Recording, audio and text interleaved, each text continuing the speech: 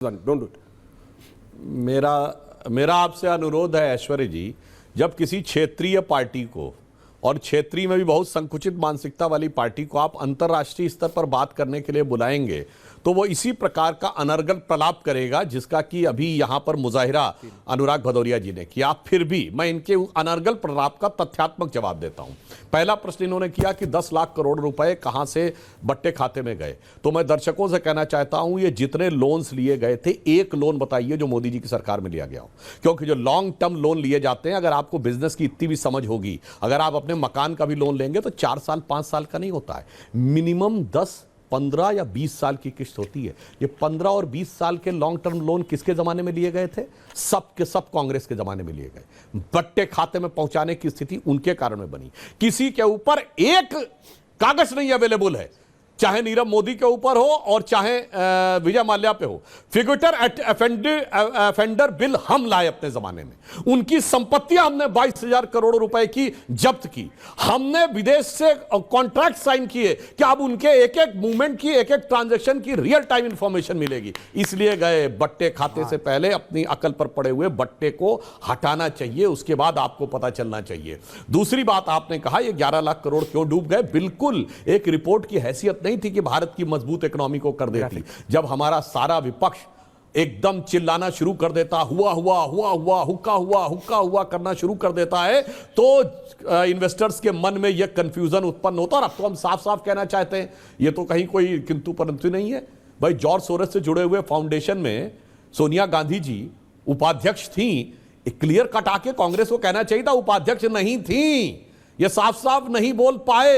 एलान उमर और इनके लोगों से जाके मिले। और मैं एक और बात सुनिए भदौरिया जी, ऐसे ऐसे मुंह मत करिएगा। 29 मई 2009 को जॉर्ज सोरोस भारत आया था। किससे मिला था? गुपचुप तरीके से आया था, चाइना रास्ते समय जाते समय बीच में रुका था। किससे मिला था? बीके नेहरू और उनकी पत्नी से मिलने आया था। ये बीके नेहरू कौन है? इंदिरा गांधी के रिश्तेदार हैं।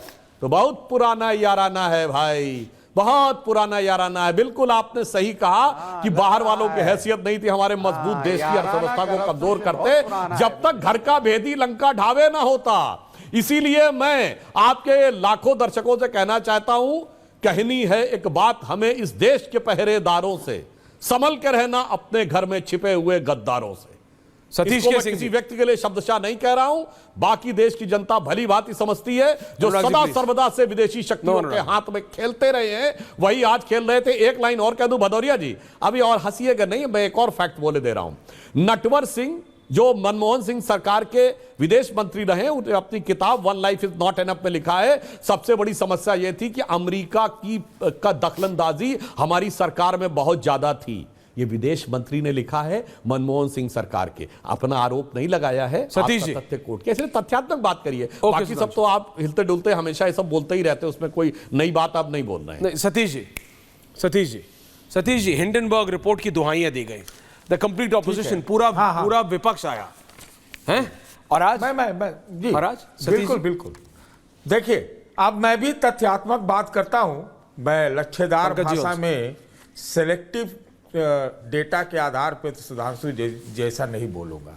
कोई मतलब नहीं था कि 1930 में क्या हुआ, वो छोड़ दीजिए। सीधी सी बात है, इन सवालों का जवाब चाहिए। क्या अमेरिका के कोर्ट से कोई एक ऑर्डर आया या जो फरमान आता है आया या नहीं आया? कोर्ट से, हिंडनबर्ग से कोई लेना देना नहीं था उसका। नंबर 2, जब सरकार रहती है उस दौरान कुछ गड़बड़ियां का आरोप लगता है, तो कई दफा इतिहास में ऐसा हुआ है, बीजेपी के चलते जेपीसी बनी है। अगर आप जेपीसी बनी है भाई, सुनिए बात सुनिए, तो जेपीसी बनी तो आप भी बना देते। और ठीक कहा भदौरिया जी बनी थी कि आप में अगर अपनी ताकत थी तो उन सबको रस्सा उनके डाणे में बांध के लाते यहां पर, सोरोस को और क्या नाम है जो भी हिंडनबर्ग वाला है उसको पकड़ के। मैं नहीं कहता कि एक साजिश नहीं हो सकती, हो सकता है, लेकिन जिस प्रकार से एक हिंदुस्तान की कंपनी, सिर्फ एक हिंदुस्तान की कंपनी पर इतना बड़ा रिपोर्ट आया, इससे लगा कि जैसे स्तब्ध हो गए सब के सब।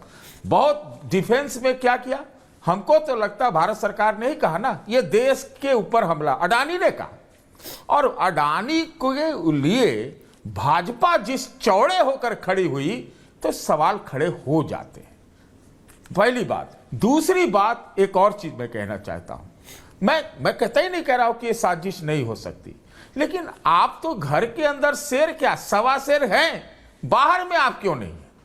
क्या आपने किया इसके लिए?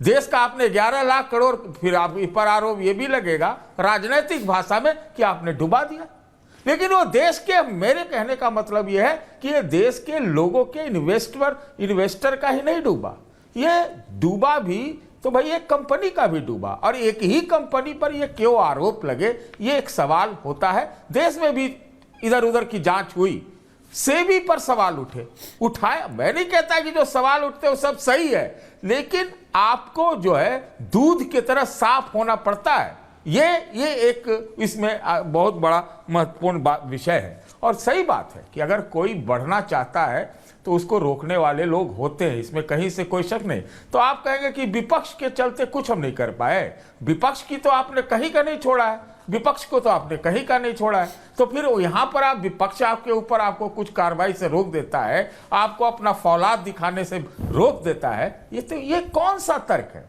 ये कोई तर्क नहीं है। सुधांशु जी, पंकज जी आ रहा हूं, अजय जी आ रहा हूं। दूध जैसा क्लीन हो जाइए। सतीश जी, ओके, आपने मृत्युंजय जी ऑल्सो नो। हाँ बता रहा हूं सतीश जी, मैं आपसे विनम्रता से कहता हूं, आपने कहा कि मैं सेलेक्टिव तथ्य कोट कर रहा हूं, आपने तो बयान दिया, एक सोर्स नहीं कोट किया आपने। कोट करिए जो भी आपने एक को बोला, एक का सोर्स कोट करिए, बोलिए कौन सी जेपीसी गठित हुई थी बीजेपी के कहने पे, बोलिए। देखिए किस उसमें गठित हुई थी? अरे बताइए ना, नाम बताइए ना सर। आप सेलेक्टिव, आप कौन तथ्य नहीं बोले कहने, बोलिए। अरे नहीं, देख नाम बताइए ना, कौन सी? मैं आपसे बोल रहा हूं किस विषय पे जेपीसी गठित हुई बीजेपी कहने पे? हाँ जेपी, अरे भाई बोफोर्स के समय, स्टॉक मार्केट के समय बीजेपी उसकी अग्रणी लोग, अग्रणी में से थी। हर बार में आपके सीएजी के रिपोर्ट दो लोग आए जो बाद में आपके पॉलिटिक्स में शामिल हो गए, कार्रवाई सतीश सब तो हो ही रहा है। सतीश तो आप भी कर देते ना, छोड़िए, कहीं मेरा फैक्ट गलत है। सतीश जी आप सुनिए, अरे अब सुनिए, अरे छोड़िए, काहे बात तो सुनिए, काहे आप उत्तेजित हो रहे हैं भाई? सतीश जी, आप जैसे वरिष्ठ व्यक्ति इतना निराधार, हास्यास्पद और देखिए तो झूठी बात कहेगा। बोफोर्स की जेपीसी बीजेपी की वजह से हुई थी, 2 सांसद थे बीजेपी के। और सुनिए, हमने आरोप नहीं लगाया था, कांग्रेस पार्टी की सरकार के फाइनेंस मिनिस्टर विश्वनाथ प्रताप सिंह ने आरोप लगाया था, और यह कह के वो सरकार से बाहर आए थे। और वो आरोप भी कैसे लगाया था? फाइनेंस मिनिस्ट्री ने भारत के शेयर मार्केट में राजीव गांधी के समय होने वाले घोटाले के लिए एक एजेंसी हायर की थी जिसका नाम था फेयरफैक्स। आप और पंकज जी जैसे वरिष्ठ पत्रकार यदि ये बात नहीं जानते, मैं नहीं मान सकता। इसका मतलब सरासर झूठ बोल रहे हैं आप बैठकर। उस फेयरफैक्स एजेंसी ने कुछ संदिग्ध अकाउंट्स में ट्रांजैक्शन पाया।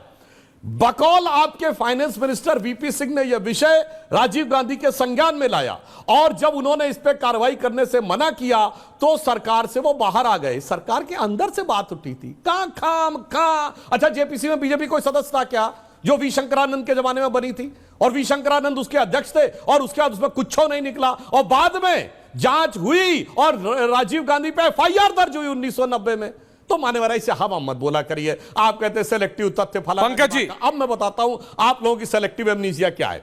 सेबी के बारे में भारत का सुप्रीम कोर्ट जजमेंट देता है कि ऐसा कुछ नहीं था, और यूएस कोर्ट ने कोई कार्रवाई नहीं की, सिर्फ अटॉर्नी ने अपनी रिपोर्ट सबमिट की, और वो अटॉर्नी पॉलिटिकली प्रोसेस था, वह रिपोर्ट सबमिट हुई।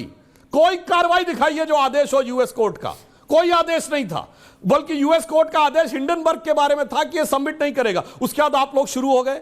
इसीलिए मैं कह रहा हूं सर, तथ्यों पे बात किया करिए। और फिर मैंने बताया सारी की सारी बातें जब जब भारत की संसद का सत्र शुरू होता है, ठीक उससे पहले आती हैं। ठीक एक दिन पहले पेगासस की रिपोर्ट की डेट आपको याद, जुलाई 18 जुलाई, संसद का सत्र 19 जुलाई, मणिपुर का वीडियो 19 जुलाई 2023 में, और संसद का सत्र 20 जुलाई, और सुनिए किसानों वाली रिपोर्ट, 3 फरवरी 2021 संसद का सत्र, 31 जनवरी 2021। ये तो हम पार्लियामेंट में बता चुके हैं साहब, सब दिखाई पड़ रहा है कि विदेश की कौन सी शक्तियां थी। अगर अंदर वाले न मिले होते तो ये भी नहीं हो पाता। और भारत सरकार की मजबूती थी कि लाख कोशिश करके भी जॉर्ज सोरोस जो ब्रिटेन में करने में सफल हुए, जो साउथ एशियन शेयर मार्केट यानी जापान और सिंगापुर में करने में सफल हुए, वो भारत में करने में सफल नहीं हो पाए। सतीश जी वापस आ रहा हूं।